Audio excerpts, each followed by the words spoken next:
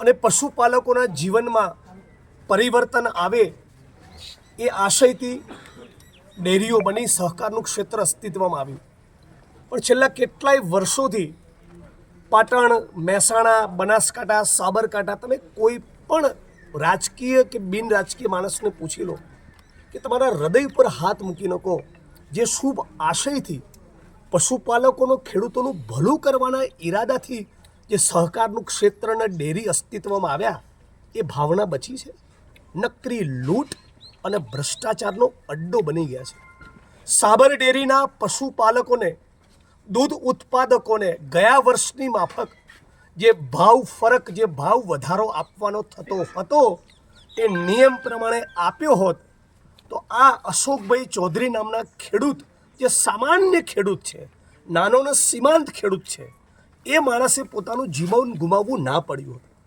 એ ખેડૂતો, પશુપાલકો, દૂધ ઉત્પાદકો જ્યારે સાબર ડેરીના દ્વાર ઉપર પોતાની ન્યાયી અને વાજબી માગણી લઈને જાય છે ત્યારે જાણે ચોર અને ડાકુ આવ્યા હોય એમ દરવાજા બંધ કરી દો, પોલીસ દાદાગીરી કરે, ડેરીના માણસો પ્રાઇવેટ બોડીગાર્ડ રાખે.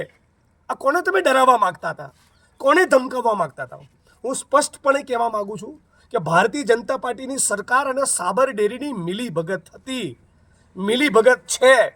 ખેડૂતોને, પશુપાલકોને જાણી બૂજીને ઉશ્કેરવામાં આવ્યા અને ઉશ્કેરાયા, એનો લાભ લઈને લાઠીચાર્જ કરી એમના બરડા તોડી નાખ્યા અને એક્સપાયરી ડેટ બાદના ટીયર ગેસના સેલ છોડવામાં આવ્યા.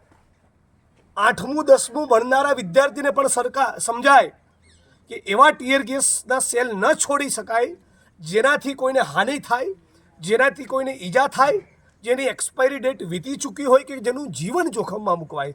અને એ છતાં આવા એક્સપાયરી ડેટના ટીયર ગેસના સેલ છોડવામાં આવ્યા.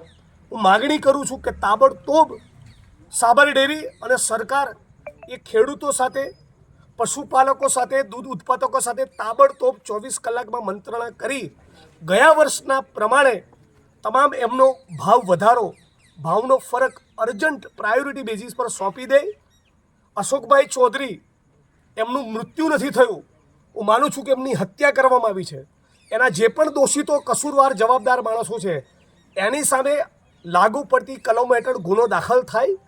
અને સાબરકાંઠાની પોલીસમાં તો કોઈ ભલીવાર જોતો નથી, જેથી જેની કરોડરજ્જુ મજબૂત હોય, જે ભાજપના ઇશારે તાતા થૈયા ના કરે એવા 2-5 જે ગુજરાતમાં નોન કરપ્ટ અધિકારીઓ છે એમને આની તપાસ સોંપવામાં આવે અને જસુભાઈ પટેલ સહિત એ ખેડૂતો ઉપર, 74 જેટલા ખેડૂતો પર સાવ ખોટો કેસ કરવામાં આવ્યો, એ તમામ કેસ પાછા લેવામાં આવે.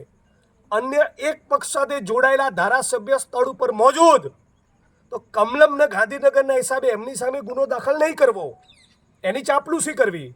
અને બીજા ધારાસભ્ય જે સ્થળ ઉપર, જે પૂર્વ ધારાસભ્ય સ્થળ ઉપર મોજૂદ નથી, એમના કોઈ જૂના નિવેદનને આધાર બનાવીને હત્યાની કોશિશનો એમની ઉપર કેસ કરવો, આ સ્પષ્ટ દર્શાવે છે કે ખેડૂતો માટે લાગણી હોવાની વાત તો બાજુ પર રહી, દૂધ ઉત્પાદકોને ન્યાય આપવાની વાત તો બાજુ પર રહી, હજી સાબર ડેરી અને ભારતીય જનતા પાર્ટી અને એમના ઈશારે કામ કરતી સાબરકાંઠાની પોલીસે ફક્ત ષડયંત્રો રચી રહી છે.